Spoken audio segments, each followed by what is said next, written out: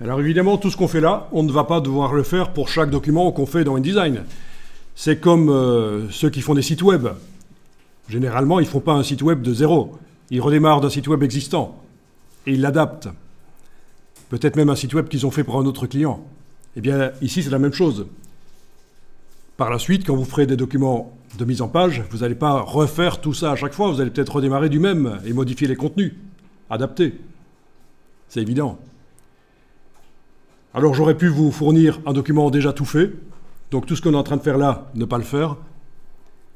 Et par contre, vous n'auriez pas su comment le manipuler si vous n'avez pas vu comment il est construit. Donc c'est ça l'intérêt. C'est comme les modèles. Si je reviens ici dans les préférences générales et que je demande d'afficher l'écran d'accueil lorsqu'aucun document n'est ouvert, je vais enregistrer le document ici et le fermer. Et donc l'écran d'accueil va revenir. Donc l'écran d'accueil que j'aime pas trop, mais il a quand même des choses qui peuvent être intéressantes parce qu'il a des raccourcis vers des templates. Voilà.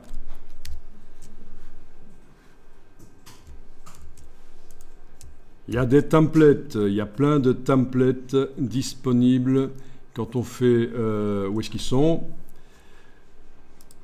Accueil, c'est pas dans nouveaux fichiers.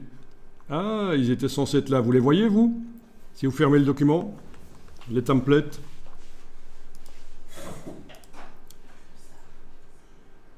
Bon, en fait, ils étaient censés apparaître là quelque part, mais je vais cliquer sur commencer sur stock. Oui, c'est peut-être parce que je viens de faire la mise à jour de InDesign qu'ils n'apparaissent plus. Et en fait, il existe plein de documents chez Adobe pour faire des mises en page. OK. Donc ça, c'est la partie stock de Adobe pour tout ce qui est mise en page. Et en principe, on doit trouver des documents.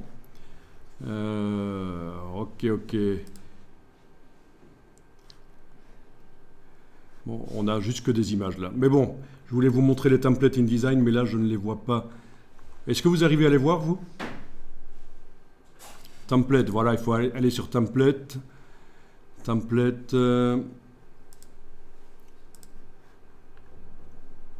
Voilà, on a des templates. Donc ça, ce sont des documents avec du lorem ipsum, vous voyez. Et donc, vous pouvez démarrer vos mises en page d'un document déjà existant, évidemment. Il n'y a pas que Adobe qui fait des documents templates, il y en a d'autres qui le vendent sur le web, il y en a même aussi des gratuits.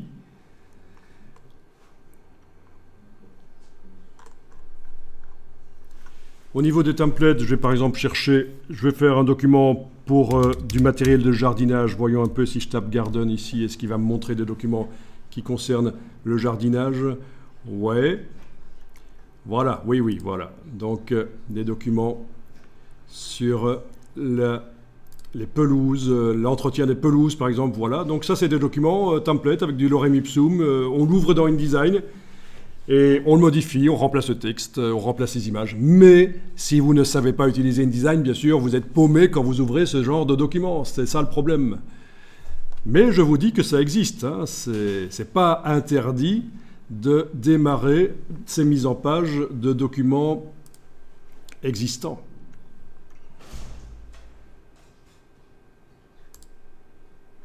Voilà, bon, voyons un peu. Il ne montre pas vraiment plus.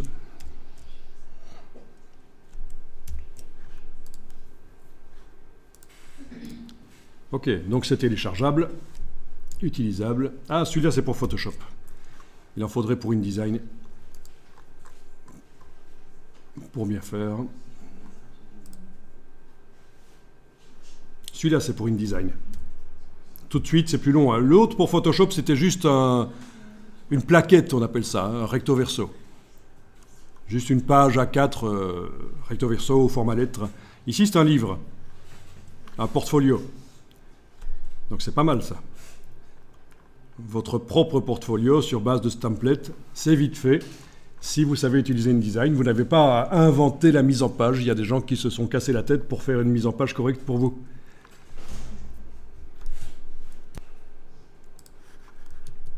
Bon, ici dans InDesign, je vais aller juste dans les préférences générales, redécocher, afficher l'écran d'accueil, voilà.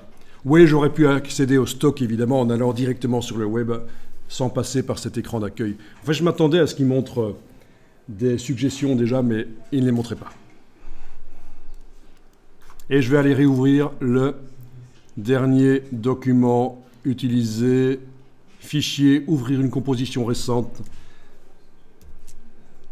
Voilà.